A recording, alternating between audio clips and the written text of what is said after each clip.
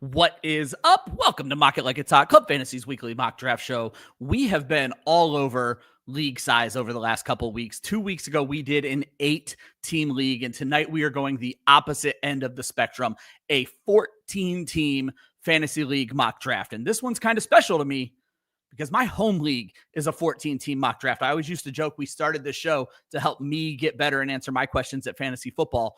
That's what this show is about. But to make matters so much worse, my arch rival, my childhood friend, my league mate, Dan Metzgar, joins us for the second straight year. We're going to talk 14-team mock drafts. We're going to talk keeper league mock drafts. We're going to talk fantasy football. Let's get into it.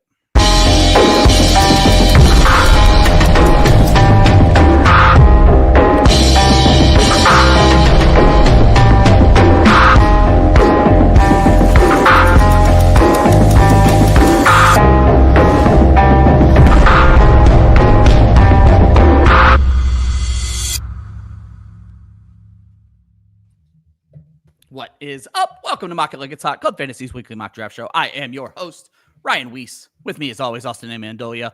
Austin, how's it going tonight, my friend? It's good. You know, Josh isn't here tonight, so I think I won't have anybody to fight with as much tonight. So, Yeah, you know, it'll be more tame evening than Wednesday. I was gonna say you and Dan are both pretty tame individuals, but Dan is also gonna like to give me a hard time, and I think you're gonna just eat that up. So I have a feeling it's gonna be me on the business end of the punches tonight is how it's going to go down, plain and simple. Which brings me to my guest. We always have a ton of fantasy analysts on this show. And if you've watched this show for the last 3 years, while you may not know this person as a fantasy analyst, I guarantee you he knows his shit. And Dan will also tell you this is the nicest I will be to him for the next 364 days, because that is just how I am. I am very mean to this individual, except when we are live on camera. Dan Metzgar, my friend, principal in Massillon, Ohio. How are you doing? Doing great, buddy. Always love coming on here with you. As I'm just doxing you to the entire world, to all 50 of my viewers. So last year, Dan, I know I've shared this with you before. Austin, I don't know if I shared this with you. This show, the 14-team mock draft with one Daniel Metzgar, was our most viewed show from last season. So you got to get weird sometimes. People like Dan weird. Is fucking weird, man. So that's true. It's different, man. They get tired of listening to those guys that know everything, like Ryan. I think they know everything. There we go. That's exactly how we want to do this. Let me get this draft up on the screen. Let's get this draft started. Last week in the draft chat, I was not a very popular fellow and was told I spent a little bit too much time talking about stuff that wasn't the draft. Can't promise that's not going to happen again this week, but we can at least get this thing started as I bring the draft up on the screen. Let me get a little bit of housekeeping out of the way. First and foremost, have you joined our Discord yet? The link for this show goes out on the Discord every Friday morning before anybody else gets it. If you guys want to be a part of that, check the link in the description of this video. Not only do we talk fantasy football, not only do you get first invites to mock drafts, we talk fantasy baseball. Me and Austin are in a league together right now. We talk best ball, football, and baseball. We post all of our best ball rosters, all of our best ball strategies. It's a very cool little Discord. It's absolutely free. If you guys want to join, get the link in the description of this video. If you've never watched an episode of this show before, just know we do not spend a ton of time talking about the draft, at least not early on. We also do not grade every team or every pick. That is just not how this show goes. We are going to talk about the mock, talk about the strategies that we're using, talk about some of the interesting picks. So at the start, I like to give a thank you to all of the people who are drafting with us. So the first thing I'm going to do is go ahead and just get the draft started. And then I'm going to rattle off some of these names and thank you guys for drafting with us. Tuna87 picking from the 1 spot. Steven George at the 2. Sarah at the 3. Our buddy Hoove is at the 4. We got an auto draft at the 5. Auto drafts happen sometimes. Somehow I have the 6. I did not mean to claim a spot. I don't know what happened there. So apparently I'm picking 6 now. Saywat again is picking from the 7. Peladov is picking from the 8. Caesar is at the 9. Metzger took the 10. Andrea is at the 11. Or excuse me, I'm behind one here. Caesar's at the 10. Metzger's at the 11. Andrea's at the 12, Duarte at the 13, and Austin, you took the 14. So I want to start off by talking about some of these larger leagues and basically get your guys' thoughts on picking from the ends, how things change when you're picking in such a large league. So Austin, let's start right away with picking from the end. You took the 14, and I want to get you and Dan's opinion. Is this just going to be a nightmare with the gap in between your picks? Yes, it's definitely going to be a nightmare, but you know how I like to run these things. I went to google.com and said, give me a number between 1 and 14. And lo and behold, I got the number 14. So I went with it. But it's a good challenge because I think that is the reason that people probably don't play in 14 14 team leagues as much as the fear of what if I get the 14th overall pick. For some reason, the 2 extra picks behind 12 seem much worse than if you were just the 12. But ultimately, I think 14, 16 team leagues, I think they're interesting because I do think they actually fundamentally shift the value of how you think about players, just because there are some positions that they are not as deep once you get to that 14th position. Whereas in a 10 or even a 12 team league now, there are some positions you could just punt on forever and still feel comfortable. Yeah, one other thing I wanted to mention to anybody who happens to be drafting with us and is paying attention, I also used Dynasty ADP because not only do Dan and I play in a 14-team league, it is also a 3-keeper league. We're going to talk about the keeper aspect a little bit later in the show. But Dan, you have been doing this draft now for 18 years, if maybe 19 years. I'm getting a little confused. You did not pick from the end tonight. I have a feeling you just picked your favorite number 11 when you chose. But let's talk a little bit about picking from the end. In practice, if I remember correctly from last year, you said you actually prefer the end in our big league. Yeah. Usually it's one championship, right? You did well. You did well. You're in the playoffs at least. But you talked about being a nightmare. I think nightmares when you're picking 1, 2, or 3, and you're going to go all the way, waiting even longer. If I'm picking 11 and then 18, that's not, you at least getting 2 really good players at that point. Yeah, I think that's absolutely fair. And Dan, I did want to go both ways with it. I don't just mean 12, 13, 14. I think 1, 2, and 3, it is potentially worse.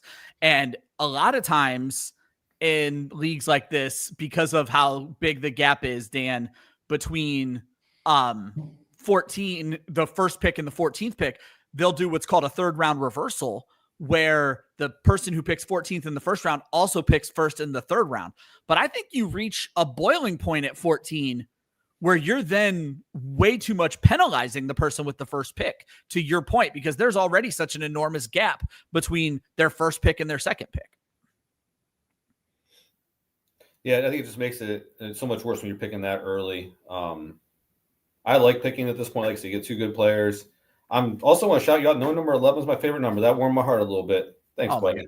Yeah, I've only known you since we were 14 years old. Why wouldn't I remember what your favorite number is? It's your hockey number. It's in your damn screen name on this app, Dan Metzgar. Of course, it was an auto draft, but I did want to talk about 2 specific positions in a league like this, and we're going to talk more about the first couple of rounds later on.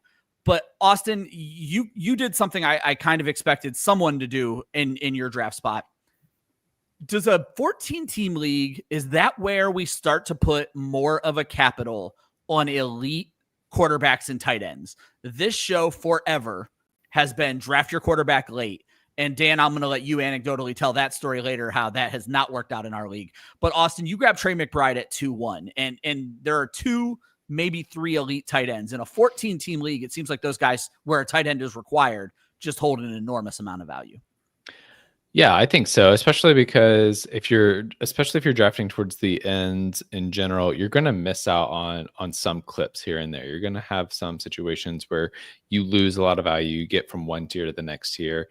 And so you kind of need to play towards that positional advantage. So like at running back, I'm immediately going to be at a disadvantage by not getting one of Bijan Robinson, Jahmyr Gibbs, Saquon Barkley, Ashton Genty. Now, I may be able to find some value later that has some pretty good upsides and top 5 upside, but I do think that there's a solid number 1 tier at running back and a solid number 1 tier at receiver that I'm going to need to find other ways to make up ground in some of those spaces. So getting an elite tight end or getting an elite quarterback is one way to go about that. Dan, as I mentioned before, I believe our home league is heading into year 19, if it's not year 20. For years, I was the late round quarterback guy, and in every other fantasy league, I am still the late round quarterback guy. But in this league, we learned pretty quickly elite quarterbacks tend to win championships. Yeah, if you look just at the history of the league, if you don't have a top quarterback, you struggle. You can sneak into the playoffs in our league, but you have to have a quarterback in order to win. That makes me super excited the way you just traded away Patrick Mahomes. I don't have a quarterback now, so I have Caleb Williams. What are you talking about? The best quarterback? Exactly. You don't have a quarterback. You lose the Bears. So I'm excited about that in the future of our league. Austin, we just did our quarterback ranking show, And we talked about how deep quarterback is and how willing we are to go super late in the draft. When I asked at the end of the show who everyone's perfect quarterback was, you and Joel said, Josh Allen and Lamar Jackson. I guess it just comes down to, especially with you picking on the end, it seems unlikely you're going to land one of those elites unless you're willing to pay up. Is this the kind of league? Like, I only did 12 rounds here. My league does have kickers and defense, but we have a short bench. We only have 5 bench spots, and we only start 2 wide receivers. We started this league 20 years ago. It's a rather boring starting lineup, but when you have 14 teams, nothing is actually boring. You guys should see our waivers. They are disgusting after a while. But Austin, I say all of this to say, how long are you willing to gamble? And obviously you're going to find out or show us here, but how long are you willing to gamble on a quarterback in a 14-team league?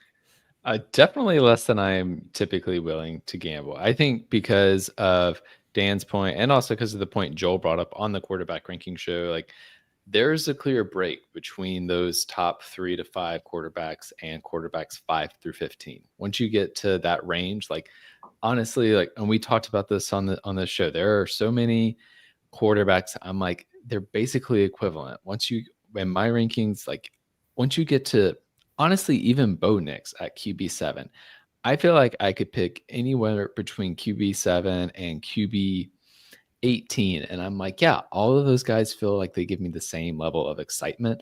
Whereas Josh Allen, Lamar Jackson, Jalen Hurts, Jaden Daniels, and I'd say Joe Burrow too, those are the guys with the elite upside that are going to make a difference, which is so crucial in a league like this. Like the thing that I feel like it's incredible to me how quickly it happens, but once you get to a 14 or 16 team league, the talent starts to drop really quickly at those receiver and running back positions, more so than you would expect given other league formats. Like right now, like Travion Henderson is going off the board in the 3rd round.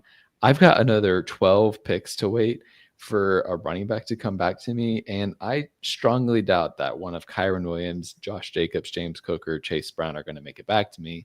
And at that point, I'm not feeling great about my running back options. So if I had gone with Josh Allen already on the turn and just said, you know what, I'm good at quarterback and tight end, I might be feeling a little bit more comfortable right now, but I'm already starting to feel a little nervous with how quickly these quarterbacks are going. And Dan, just to wrap up the kind of the discussion on the quarterback and the discussion on the tight ends, when you're in a league like this and you're picking from one of the ends, or even if you're picking from the middle, is there anything more terrifying than a positional run starting like 10 picks ahead of you, knowing that you're not going to get a chance to pick for the next like 14 picks because of how long the draft is? And so you need a tight end, and all of a sudden the 5 teams ahead of you all take a tight end. I feel like trying to guess when those positional runs are going to happen is one of the most important things in a league when you're setting your strategy. I mean, it's definitely gut-wrenching just to watch it happen, because you're just sitting there sweating it out. There's nothing you can do, and then you're panicking, like, how long is this run going to go? You just need someone else to take somebody else just to stop it and get everybody off that. But I look at drafts like you can't force things. You can't go to the draft, I have to get this position at this point. You got to take the best player available. Too many times people go in and they like, oh, I need to have this person in this round, this position in this round. No, take the best player. Yeah. When does that end for you, though, Dan? Because best player available, at some point you got to fill your roster. Is it just continually letting the draft come to you? And if best player available is never tight end or quarterback, you're just going to wait and see what happens in the 10th and 11th rounds? I mean, I'm going to wait a little bit. I'm not going to draft 7 wide receivers before I take a quarterback. But if there's still open starting spots and there's a clear, like I can take my 3rd wide receiver, or I can take this quarterback I don't really like, I'm going to take that 3rd receiver who's really good. Yeah. And like Austin talked about earlier, there's those tiers. Once you get down in there, you're going to get the same guy the next round that you'd have right there in that same tier. When you could get a guy, a tier or 2 above in another position who's still starting for you, I go that route. Yeah, Austin, I feel like I'm getting ready to recap the first round, but I feel like one more discussion about tiers is probably the way to go. In a league like this, you need to know your tiers. You need to know where that drop-off happens. But I want to kind of combine your tier thing with Dan's best player available thing, and then you happen to be picking from the end. This also seems to be get your guy territory. So sometimes you have to ignore the tiers and just grab the player you want because Austin, it's 27 picks until you pick again. So Yeah, for sure. I mean, it's going to be a long time before it comes around. So you do have to look kind of a round ahead, maybe 2 rounds ahead, and decide, who am I willing to gamble on making it back to me, and who am I going to just go ahead and reach on now. So like there are guys that it's like you kind of want to test the room and bet on your rivals and see whether or not they're going to actually let that player fall, or they're going to let them draft. And there's some players I'm looking at now. I'm going to be like, you know what? I'm going to test y'all. I'm going to see what happens there if y'all let them get back to me, because I can't reach that far. Because at the end of the day, if you do get into the territory where you're saying, okay, well, I'm going to reach 2 rounds ahead of ADP to get my guy, you're really putting your overall draft at risk, because reaching too far will hurt you as much as getting sniped, right? It's important to not overreact to your guys being taken just before you can get to them. Yeah, and Austin dropping a little mock draft knowledge there. Sometimes don't always take the player you want in the draft. Take somebody else and see where the player you wanted, where it would have fallen. Use mock drafts as a tool, something that you can use to get better in fantasy football. As we always do around this time, I want to recap the first 3 rounds of this draft. This is probably the only full draft recap I do. I like you guys to know who's going in the first 3 rounds. In this league, that's 42 picks. That's the first 4 rounds of a 10-team league.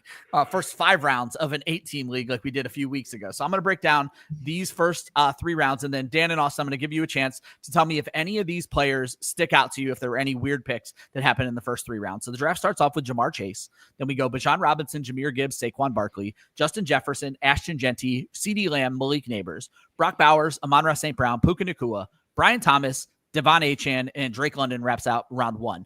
Austin had Drake London. He has the first pick of round 2, takes Trey McBride. Coming back the other way, we got Bucky Irving, Nico Collins, Marvin Harrison Jr., A.J. Brown, Amarian Hampton, Christian McCaffrey, Jonathan Taylor, George Kittle, Jaden Daniels, Derrick Henry, Josh Allen, Breece Hall, and Joe Burrow. So the quarterbacks start to go there.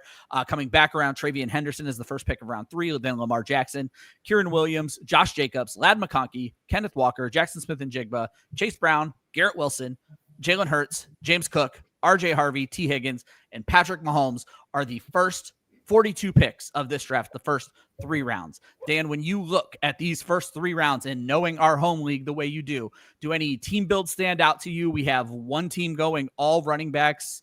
I don't think we have a single. Austin is the only team. Oh, no, I take that back. Austin and Caesar do not have a running back yet. But when you look at the players or the team builds, is anything sticking out to you, Dan? I mean, the 3 running backs is an interesting how that shakes out for that team, how they're going to look in the end with at the receiver position. I was shocked the number of quarterbacks that went as early as they did. I love what Tuna 87 has done. I think that's a great draft. The number 1 spot there. Yeah. Going Chase Burrow, then putting Henderson with them. Yeah, stack with a young kid. And we didn't talk too much about this being a keeper league, Dan, but those are certainly 3 players you can probably keep going into next season. I think he's got 3 studs right there. I mean, absolute studs. I love Henderson, so. And Dan, same question, or excuse me, Austin, same question. When you look at these first 3 rounds, anything standing out to you? Yeah, I was also a little bit surprised by how quickly the quarterbacks were going off, which I think is a little bit because of it being a 14-team league. I think the thing that really surprised me, which I think in hindsight it shouldn't have, was how many running backs were going off. I feel like there's just no running backs for me at the end of this draft, and I realized, well, yeah, you have to start 2, Austin. No shit. Of course, the running backs are going to be going. So I'm a little nervous to see how that plays out. I think it makes sense, but it caught me off guard because I'm used to those 10 and 12 team leagues, and when you're in those setups, it's really easy to get running backs. I also as longtime listeners of the show know, I play a lot of best ball, and so in best ball formats, you can get running backs really easily. So seeing how quickly they're going here definitely takes an adjustment, and it's good to know because when I go into an upcoming 14-team draft, it'll be good to know how quickly those running backs are moving. Austin, did you take note that the 2 teams ahead of you have already taken 5 running backs? So does that give you a little bit of, I want to call it a breath of fresh air, that when it gets back to you on the 5-6 turn or maybe the 7-8 turn, you're unlikely to be sniped by those 2 teams, so you at least can have an idea that running backs may fall to you at your end? I don't know. I'm a little bit nervous about it still. Okay. Maybe. But there's still like teams that need to get their second running back. I will say I did want to call out one pick in general, which Yeah. I know is an auto pick, but an auto pick is based on ADP in theory. Absolutely. So why the heck is a Marion Hampton going ahead of Christian McCaffrey, Jonathan Taylor, Derrick Henry, and Breece Hall? It won't even let me highlight the auto pick team. Weird. Huh. I just learned something new. I don't get it. Like, there's still like, I understand we think the Chargers are going to be a running offense. Maybe there's less competition in that backfield, but like going ahead of Christian McCaffrey, even like that just feels like a little bit too much of an overreaction for ADP. So I'm curious y'all's thoughts on that one, because like that just like that's the big thing that stands out to me, even in the auto pick. Could be a little bit my fault. Remember, this is Dynasty ADP because of the fact that this league is a keeper league. But even still, it doesn't feel right. I'll give you that. Like it just feels a little bit off when you're looking at the overall build of everything. Dan, I'm going to draw your attention to one more thing before we move on and talk about the player on the thumbnail. You said the 3 running back build stood out to you, and you're interested to see what his wide receivers look like. He's gotten his wide receivers, so we can talk about that if we want to talk about that. But Dan, for years, I was the you have to have running backs guy in this league, and 3 running backs in the first 5 picks were definitely kind of my thing. And to be honest, Dan, for the years that we've been together, you've disagreed with that strategy. So is this still that? Like you just don't buy in that running backs are at the premium that I do in this big 14-team league?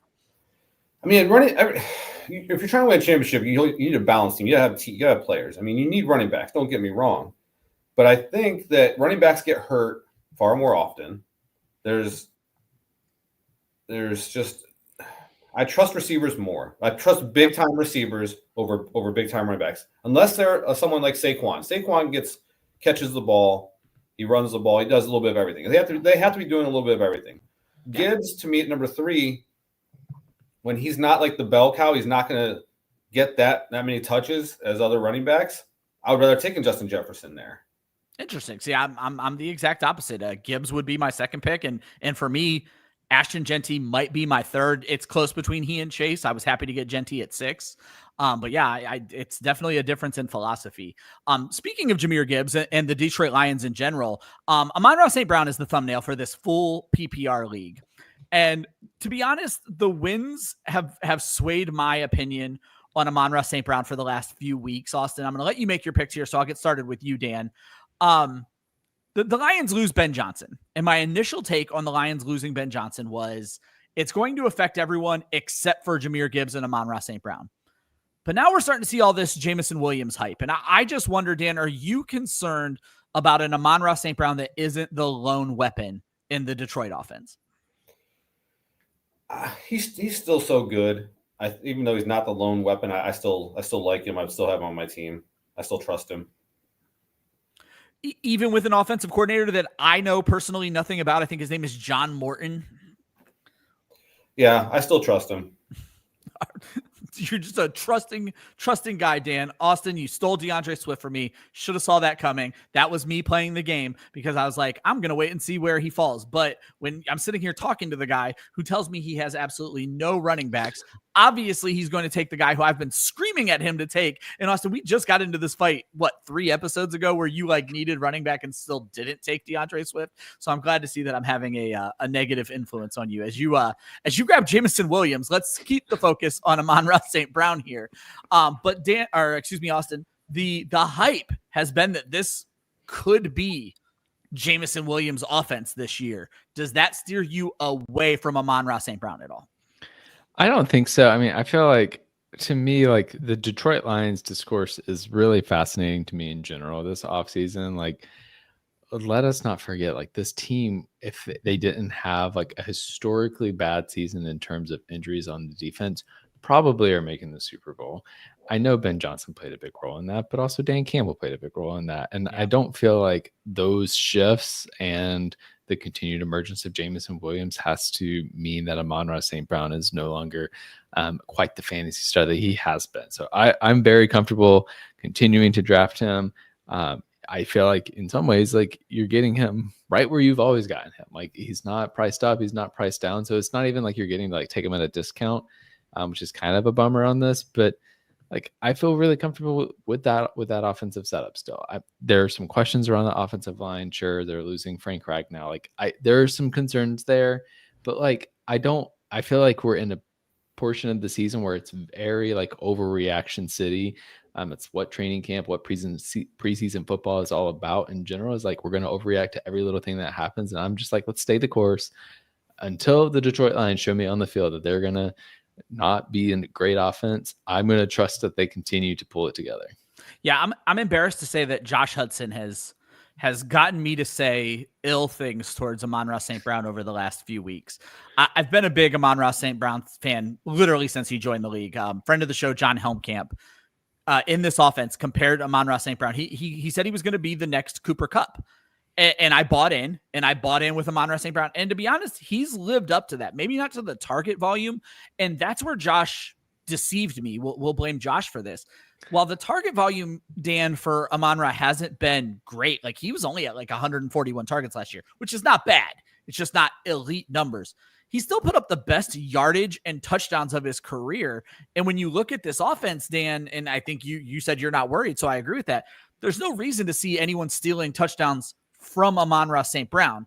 But I guess the other question is, we're very focused on Amon-Ra is going to be great, and I like Jahmyr Gibbs, Dan. But should we worry about Jared Goff going to another offensive coordinator because maybe Ben Johnson was instrumental in Jared Goff being a fantasy asset? I mean, here's the thing. Like, Jared Goff has been through like I shouldn't say 1,000. He's been through some different coordinators. You're right. Yeah. You know, and he's grown and developed into what's been a pretty good quarterback now. You know what I mean? Just because there's a new offensive coordinator doesn't mean that he's going to just not look at St. Brown. I mean, I just don't see the thing. And we talk about Jameis Williams. Is this going to be? We said the same thing last year. This is going to be the year he blows up. It's not. He's not going to blow up. He's not that guy. He'll be a solid number 2 at a ceiling for him. Yeah, and I think the other thing to me about the Detroit Lions and Amon-Ra St. Brown in particular, 2022, I would not say that people were like, oh, the Detroit Lions are this elite offense. And if I recall correctly, it was the first year of Ben Johnson being the offensive coordinator. Yeah. Detroit went 9-8. And per PFF, which we all know all the caveats of PFF statistics, but per PFF, the Detroit Lions in 2022 had the 28th best offense in the NFL. Wow. In other words, they had the 5th worst offense in the NFL. And Amon-Ra St. Brown was the wide receiver 7 in PPR formats. I'm not concerned about Amon-Ra St. Brown. Some guys are just talented, and they're going to continue to get the ball. And I feel comfortable with that. Even with Jared Goff, you know what's concerning about Jared Goff? They're going to be playing outside more this year. That will be a factor. Like last year, they had 14 dome games. This year, they had 10 dome games. That's a consideration. But I do think that Amon-Ra St. Brown is still going to get enough volume, still get enough production. They really only have 10 dome games this year, so only one of their road games is a dome game. That is where they have yeah. Well, I was gonna say, or they just have they're only at home 8 times this year. So yeah. So they have two road dome games. All right. So there you have it, guys. Like I said, over the last few shows, I have disparaged the great name of Amon-Ra St. Brown, but I am happy to announce that my friends here on the show are backing me off of talking negatively of the Sun God, because he's definitely someone I want to readjust in my rankings and someone who I'm very interested in a fantasy league, regardless of the format. Let me say this about St. Brown. I'm not a St. Brown fan. Like I have never had St. Brown on a single team I've ever drafted, but I do trust him. I would put him on there. It's never happened, but I'm not a big St. Brown believer. He's brought me along. Like that first year when he had a good year, I was like, okay, show me again. Then he showed it again. He's shown he is a player. He needs to be respected. There you go. As we move on, it's the middle of the show. I do want to give a shout out to our good friend Dennis Roy. Dennis, I haven't seen you in the chat in forever. I think the last time I saw you in person was at the Expo a few years ago. He's given us a hard time about doing mock drafts while the Fantasy Football Expo is going on in Canton. I knew Austin and I weren't going to make it. It's not really Dan's shindig either, but it is only a few miles from where Dan is sitting at this very moment. So Dan, if you're bored this weekend, though, Dan, you've never been bored in your entire life with all those kids running around, you could check out the Fantasy Expo. I got 4 boys at home. I'm not bored. There you go. Exactly. I would remind everybody, if you are enjoying what you're seeing here, we do new mock drafts every single Friday night. We're going to do that right up until the start of the season. We're going to have our listener league live on air coming up in a couple of weeks. Hit like, hit subscribe, drop into the comments if we're giving any takes here that you absolutely disagree with, or takes that you agree with, or if you play in a 14-team league, if you have your own strategy, or if you have questions about strategy, drop those in the comments too. We'll be more than happy to help. Before we do a mid-round recap, there is another aspect to my home league that I felt like this is a good show for us to talk about. And Austin, since you're furthest away from picking, I'm going to let you get started. So when we started this league, we went completely in 14 teams, but also 3 keepers. And the fact of the matter is this: we don't assign draft rounds to keepers because we weren't that smart 20 years ago when we started this league. So it's just your first 3 picks, essentially, are the 3 keepers from last year. So our draft starts with 42 players off the board. There are some people who love that. There are some people who absolutely hate that. But I want to talk to you just about a keeper league in general, Austin. I am using Dynasty ADP in this specific draft. Is that the best way to do it? Because obviously it's created some weird things with the auto picks, but it's not exactly a dynasty draft, but there is a value on youth. I would just say, if you were in a league like that, Austin, how would you balance those 2 things?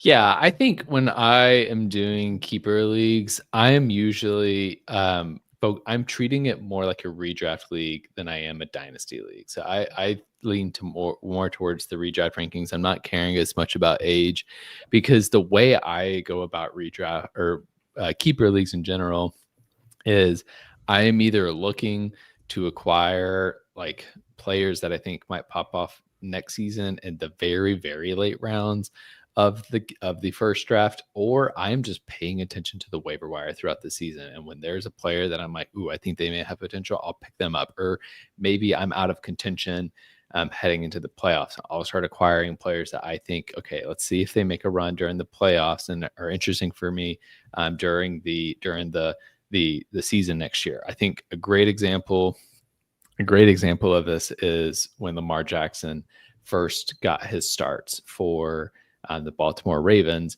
towards the end of that season. He was the exact type of player that I would be looking at to say, you know what, I'm going to go pick him up. I did this with Josh Allen before he broke out. He had a similar trajectory as Lamar Jackson, where towards the end of the season, I was like, wow, this guy, he's really starting to like get some consistent ceiling performances. Let's stash him, see what happens at the beginning of next year. I had it in a salary cap draft where we had keepers. And so I was able to keep Josh Allen for like I think I got him at $1 the first time in that first draft. And then I was able to keep him at the minimum price for the next like 2 or 3 years until we converted to a full dynasty league. So, you know, I treat the draft itself like I would any other redraft league, with the exception of maybe in those closing rounds, I start to look for more players that might have future potential. Yeah. But then I really focus on that waiver wire.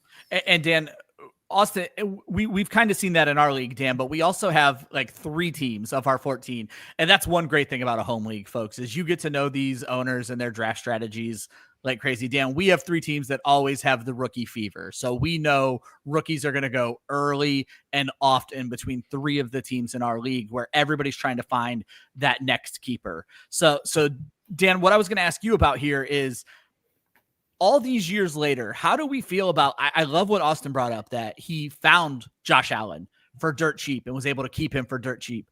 In our league, we don't reward that because it's 3 keepers. They're essentially your first 3 picks, Dan. There's no reward for cheapness. And I've told the story on the show many times, and this is kind of counterintuitive with how I'm about to tell it. But my younger brother was in on Cooper Kupp before anybody in the world knew who the hell Cooper Kupp was. Now, my younger brother's also an idiot and used a 2nd round pick on Cooper Kupp when he could have waited till the 13th round because nobody in the league was drafting him.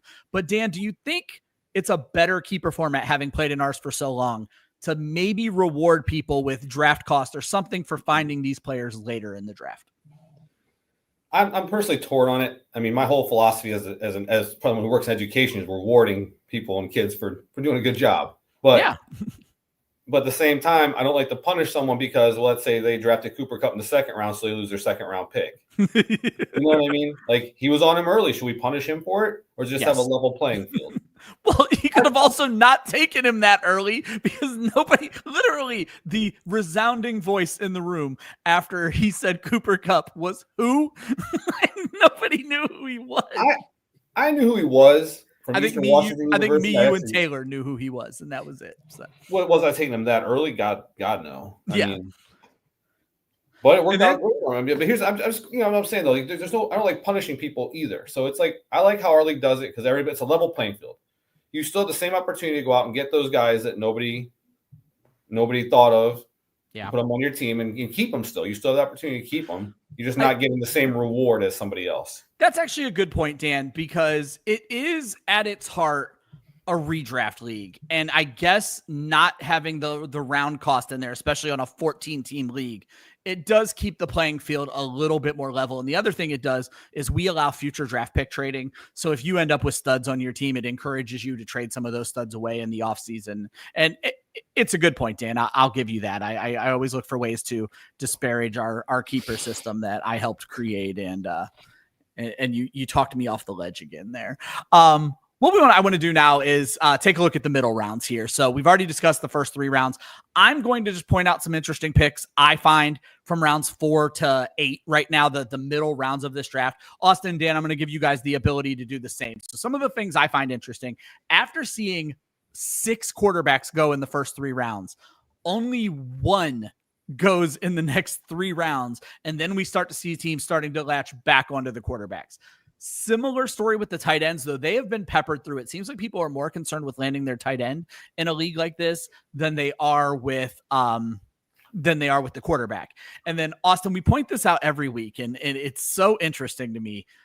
You can split this thing down the middle, and all the teams on the left in the middle rounds have decided to fill up on wide receivers, and that has allowed the opportunity for the teams on the right. And I think it really boils down, Austin, to something we said earlier in the show, is letting the draft come to you. If everybody on the left is taking wide receivers, that's going to make running backs more valuable to the folks on the right. So anything you notice with these middle rounds, Austin, that stands out to you? Any specific picks or players that stand out to you? Yeah, there are some specific picks. One in particular, I will talk about letting the draft come to you whenever we recap our teams at the end, because I do think that actually worked out really well for me. But one pick that really stands out to me is Travis Kelce. Yeah. Going at the beginning of the 8th round after Mark Andrews, who the world hates because he fumbles in the playoffs, after Dalton Kincaid, who somehow manages to still get the hype train even though he's never pulled through, after Tucker Kraft, who I get it, there's hype around him, we think he's going to be great, and then after 2 rookie tight ends, I know the ADP is off and that's causing one of these picks. We'll say it caused the Tyler Warren pick. Yeah, I was going to say the rookie tight ends have just routinely been going over him, though. So. But when I saw that Travis Kelce was available to me in the 8th round, I thought, dang, I should not have taken Trey McBride with the 2nd round pick. Yeah. I could have just waited. Could have jumped on it. Gotten a Patrick Mahomes, Travis Kelce stack in a 14-team league. Are you kidding me?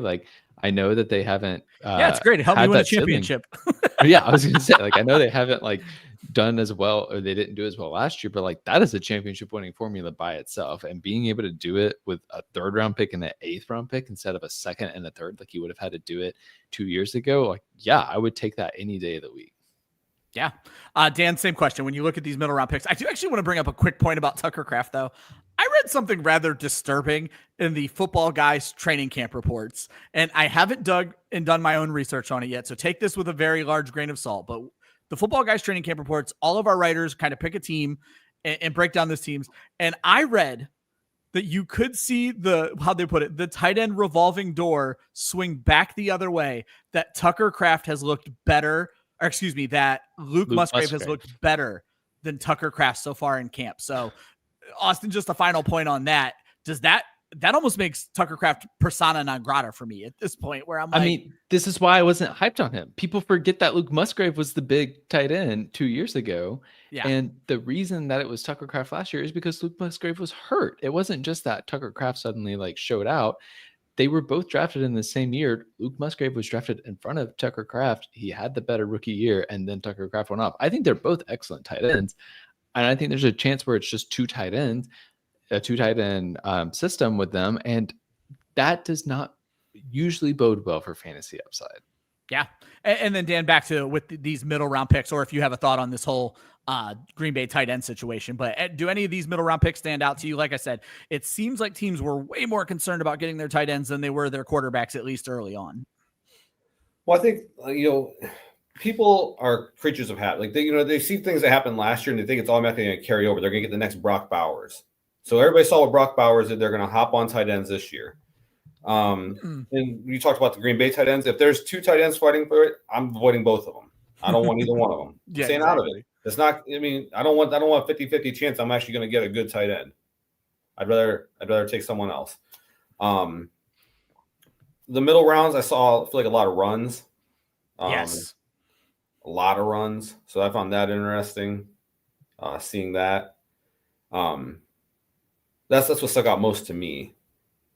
It's just everybody kind of following suit. I call attention to the 4'11" to 5'4", Yep. 8 straight wide receivers. And if you go just 2 more picks out, it's 10 and 12 picks. And actually, goodness, it's 15 and 17 picks from 4'6" to 5'6". So I guess that'd be 14 picks. But regardless, it's a lot of damn wide receivers. 12 wide receivers then, is that? Yeah, 13 wide receivers and 15 picks there from 4'6" to 5'6". And then, Dan, you see the same thing with the running backs going back the other way. Yeah, that running back run killed me. I was hoping one of those guys would make it to me, but it didn't happen. And as we wrap up the mid-round recap, I did want to talk a little bit about quarterbacks. I want to throw RP up on the screen right here. Probably a question a lot of people have. How do you draft with us? I did drop it in the chat. We drop links on our Twitter every single Friday, usually sometime around midday, like 5, or I guess end of the day, 5, 6 o'clock. But first thing it goes to is our Discord. If you look at the link in the description of this video, I am always certain to drop the link for these drafts in the Discord before I drop it anywhere else. Just want to make sure I'm throwing that out there for everybody. Normally, it's not a 14 team. Normally we fill it up. I don't even know how I got in this draft. I hate hosting and drafting. Just not my favorite thing. But Austin, as we wrap up the mid-round picks, you knew it was coming. Keep, trade, cut. And it kind of plays into what we were talking about, though the ADP didn't quite shake out the way I thought it was going to shake out. I picked 3 quarterbacks that were all going right next to each other. And I was going to ask, which one of these would you rather have as your starting quarterback going into this season? And 2 of them are coming off of disappointing seasons. One of them feels like a disappointment, even though he's not. So my keep, trade, cut for you guys today, Austin, is Caleb Williams, CJ Stroud, and Justin Herbert. How would you break down those quarterbacks in a keeper league for keep, trade, cut? Ooh, that is a really tough one. The auto draft actually took 2 of those guys, I'm noticing now. Jeez. Okay, so we got Caleb Williams, we have CJ Stroud, and then I took Justin Herbert. Yeah, Drake May in the ADP was actually going about 5 picks later. I thought about including him here, but I also thought in a keeper league he might be the kind of gimme pick, but I guess that would be the same thing about Caleb Williams. But yeah, Caleb Williams, CJ Stroud, both coming off of disappointing seasons. Justin Herbert feels like a disappointment, but he was actually pretty damn good last year. I know you're about to make your pick, Austin, but I'm keeping you on the clock here for these keep, trade, cuts. Oh yeah, well, it's just like a really tough one because I feel like any of these guys could be our valuable keepers. Like you could make the argument of like go age. I feel like they all have similar upside. They all have relatively similar, like they're very similar players. So it definitely feels very coin flippy to me on the surface. I think I'm gonna go with Justin Herbert to keep. I feel like he has the potential to like really take the league by storm this year and to really outperform his ADP, because I feel like the narrative has just continued to be like, oh, Los Angeles, they're going to run the ball. And I'm like, yeah, but this guy has a cannon. Like, he can still really show out at quarterback, and, touchdowns still really matter. We still have to see it from Chicago. Like, we believe Ben Johnson. Like, I think Ben Johnson was the right hire for Chicago to make. And like we have seen, there is a difference between being an offensive coordinator and being a head coach. There is a sliver of a chance that it does not work out. I think it's a great odds that it does, but because of that, I think I will still go with Justin Herbert.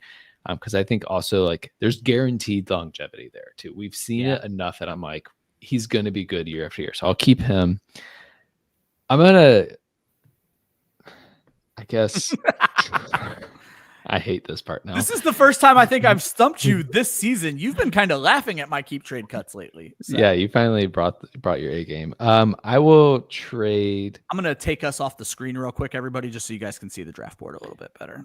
I'm going to trade Caleb Williams, which actually hurts my heart because I like feel like there's good upside there, but I imagine there's somebody that's going to look at him and think like, oh, he has like the potential to have a really good season and I can get the trade capital there.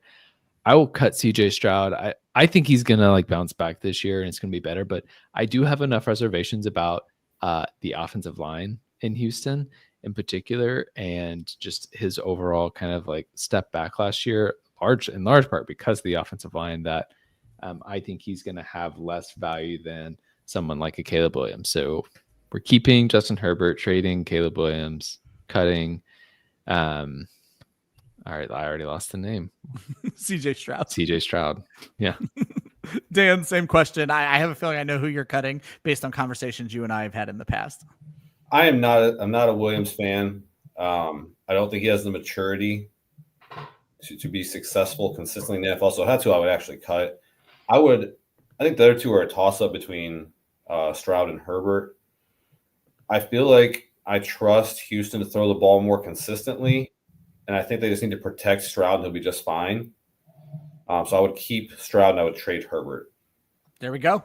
You guys disagree with these guys? I'll give you my opinion as well. For me, because it is a keeper league, and I'll use my league as an example. Bunch of Ohio State guys. I would trade Stroud as well and keep Herbert. Actually, I guess I have the same answer as Dan, even though I don't have the same answer as Dan. I would keep Caleb Williams. I still believe. I think he bounced back this year. And he's super young. I'm keeping Caleb Williams. I'm trading CJ Stroud because I think he has more value as the Ohio State quarterback in my league. And I'm cutting Justin Herbert, who I love, which is hilarious because when you look at last year's finishes, Justin Herbert is definitely the one you want to own from this group. So I think Austin's probably the correct one here. If you agree with one of us, which I think we all gave 3 different possible answers, let us know in the comments who you agree with, how you guys would break down keep, trade, cut Justin Herbert, CJ Stroud, and Caleb Williams. We got about 14 minutes left in the show. And actually, I want to go ahead and get into our breakdowns now since the draft is already over. And I want to do something a little bit different this time. I try to make sure I leave time for this, and today I think I finally did it. On top of the breakdown, I'm going to have Dan and Austin also pick another team in the draft that they like and just give a quick little summary as to why they like that team. But to get us started, Dan, I'm going to let you go ahead and break down your draft, how things shook out for you, and if you're happy with it, if you're sad with it, if there was a strategy coming in that you had to change.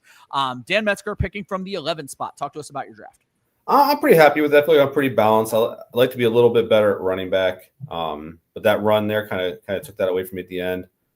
I'm not a huge Knicks fan, but I got to take my own personal judgments out of fantasy. Yeah. When I look at drafting players, like too many times I come in personally and just like, oh, I really like this guy. I don't like this guy. I don't want him. But Nick showed he can be a good fantasy quarterback last year. And where the draft went and how it fell, I think that was the right time to take him. So I'm not disappointed. But I like how my team fell overall. I feel a pretty good balance. I love Marvin Harrison. I think he could blow up with him and Puka there. I think would be a nice start for my team. Yeah, I don't enjoy any league that has Puka Nacua on your roster, but that's a personal problem that we'll talk about off air. Austin, you know the deal at this point. You don't have to talk about every player, but you have the most interesting draft picking from the 14th spot in a 14-team league. How did things shake out for you? Yeah, it was quite the adventure. I will admit that. So I went 4 rounds before I got my first running back, which was very stressful. At the 4th round pick, I was deciding how much I wanted to reach at running back in that situation.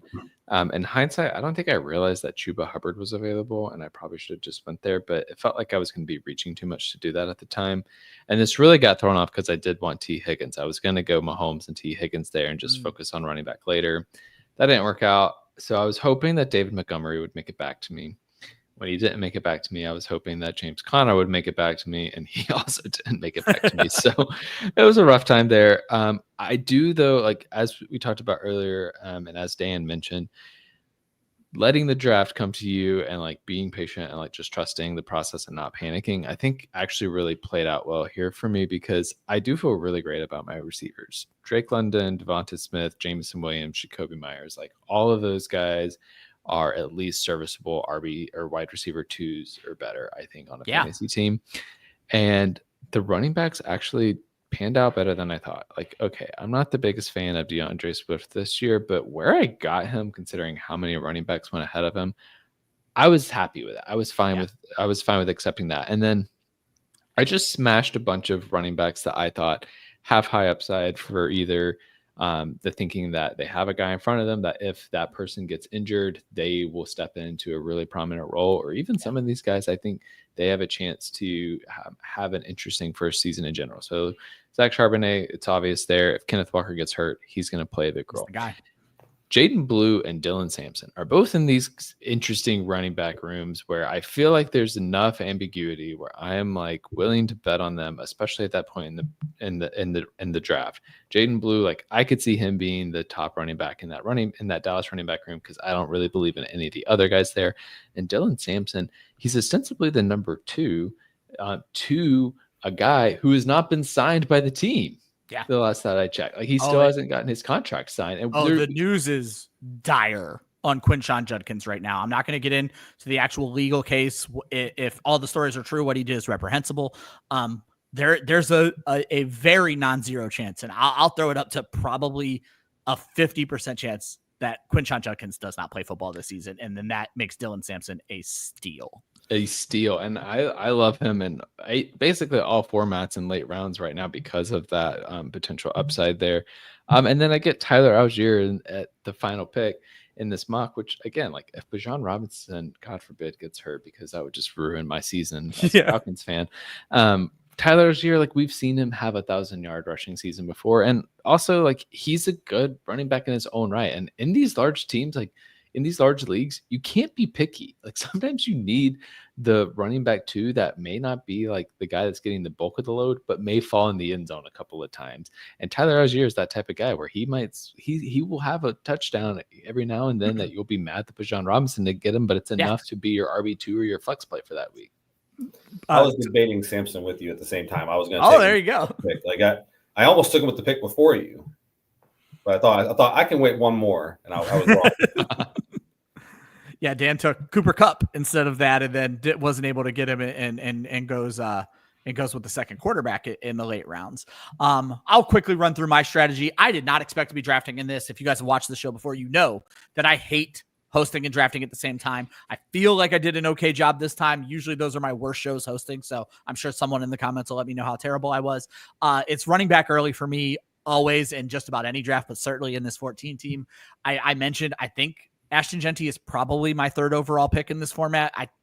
Chase would give him a run, but getting Ashton Genty at 6 felt great. I'm also tight end early guy. I look at it currently as there are 3 elite tight ends. Brock Bowers, Trey McBride, I knew I was not going to get. George Kittle fell into my lap here. When you look at the dire straits of that San Francisco wide receiver room, I think George Kittle, if he can stay healthy, which is obviously always a thing, if George Kittle can stay healthy, I think he's a baller this year.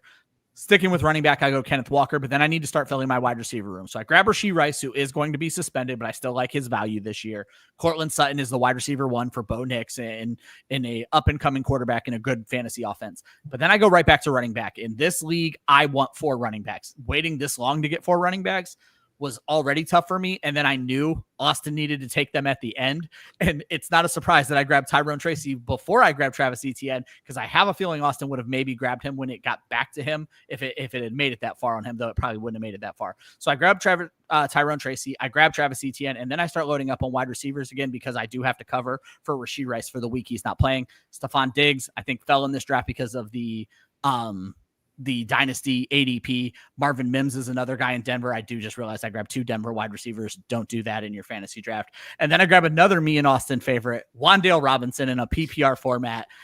He's not going to get you any yards, 7 yards a catch. But Wan'Dale Robinson is a guy that I'm absolutely in love with in PPR formats, and he will be my last pick in many fantasy drafts.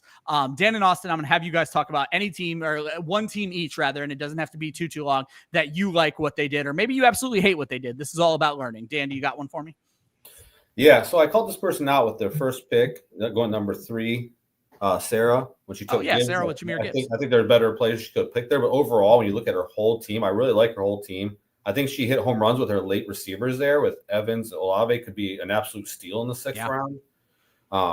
Olave was on my radar. I love Williams there and getting Josh Allen. I think overall that this team was the best balanced team. If I could pick one out of this league that I think would win, I would put my money on Sarah. Yeah, Austin, she kind of did what you brought up, was grab some of those high lottery ticket guys at the end and hope that, Kyle Williams or Mason Taylor are just the guy next year and could become interesting keepers. Yeah, well, and the funny thing about this is I was going to pick Sarah V's team as well for my favorite team. Congratulations, Sarah. Sarah, watch out for a DM from me. I think 2 people picking you. You just earned yourself an invite to the Listener League if you're available to play. I'll shoot you a DM later on tonight. So, yeah, I mean, there was that. I mean, I will say I did look at your team, Ryan, but I can't. I'm not gonna stroke your ego live on the air. Let's be clear. I picked the players I did because I knew you'd like them. I was just trying to make you happy, Austin. We do this damn show together so often. The other one I will say, though, is Tuna 87 at the 1 spot. I thought they did a good job as well. I mean, we talked about it. The Chase Burrow stack's really good. Trayvon Henderson before some of the other running backs that were available then, a little questionable to me, but I like Trayvon Henderson. So it's not like I get it. And I understand betting on Trayvon Henderson this year. And then a lot of just high upside guys like George Pickens. I could see him being really good this year. We all Ibuka has a ton of hype. Ricky Pearsall in that questionable 49ers receiving room. I don't mind that. Tank Bigsby late. I love that. You mentioned Travis Etienne. Great pick. If you are in a draft with me, I'm just going to let you know right now, you can have Travis Etienne. I'm going to be honest. Travis Etienne should not go 2 full rounds before Tank Bigsby. So that was a mistake. Yeah. And so getting Tank Bigsby in the 9th round, I absolutely love that. Tight end is going to be rough for this team. I don't feel great about Brenton Strange as my starting tight end. Yeah. But you got to have a weakness somewhere, most likely in one of these leagues, unless you're Sarah V in this case. Well, I was going to say, though, with Tuna, you probably don't want to do this. But if Dak Prescott comes out in balls, you might be able to move Joe Burrow for one of these elite tight ends or a very high-rated tight end. That is true. That is very true. I like what Tuna did at the beginning. I like what Tuna did at the end. I think the middle is just a questionable. I don't. Pickens there with Lamb. Tampa Bay has so many receivers. Yeah. I just think if they could have bettered those 2 spots right there, I would have loved that team as well. Yeah. I'm actually a little shocked, Austin. You called me out without meaning to call me out or meaning to call me out. Travis Etienne, just looking at Tuna's team over J.K. Dobbins and Tank Bigsby, makes that Travis Etienne pick look terrible. And because he asked, and because he's a friend of the show, and because I had thoughts about his draft, Hoove said, "How'd I do, Ryan?" I'll pick on Hoove's team because I always pick on Hoove's team. Love what you did at the start. Let me be very clear. First 5 picks. Fantastic. And honestly, your 3 wide receivers after that. Fantastic. Dan wondered what your wide receiver room was going to look like. I think you did great. 3 running backs is tough, but if you're going to go with 3 running backs, these are the 3 fucking running backs to go with. Who from the 4 spot gets Saquon Barkley, Derrick Henry, and Josh Jacobs? Yes, please. Then your wide receivers, DK Metcalf, Devontae Adams, Khalil Shakir dealing with that high ankle sprain, but you don't got to rely on him because you also get Rashid Shaheed and Christian Kirk later. We've already talked about why I don't like your Tucker Kraft pick, but then way more importantly, who've 3 tight ends in any league ever, let alone a league with a short bench, and you can only play 1 tight end and you're never playing him in your flex. Terrible pick. You're going to cut all 3 of these tight ends and be streaming later on. And then you and your damn Tyler Shug, I know it's covered up with your with the thing right now, but Hoove went Tyler Shug at the end, and that's also just a terrible pick, and we'd expect nothing less from Hoove, our good buddy. I don't mean to be mean, but it's all about learning. You're fans of DK Metcalf and who's the other receiver? Devontae Adams, yes. Dan's over here scouting your team right now. So it's Dan's being a hater. It sounds being a hater. I thought I liked his first 3 picks. That's fine, but you take DK Metcalf with Aaron Rodgers, who looked absolutely awful for the last couple of years, over Tyreek Hill. No, I wouldn't take him over Tyreek Hill. That's what just happened, and you're telling me to do a good job. The team is nice. I'm not trying to judge every single pick that was made. Told you we don't do that. I like the team. I think DK Metcalf could be a top 20 wide receiver this season. So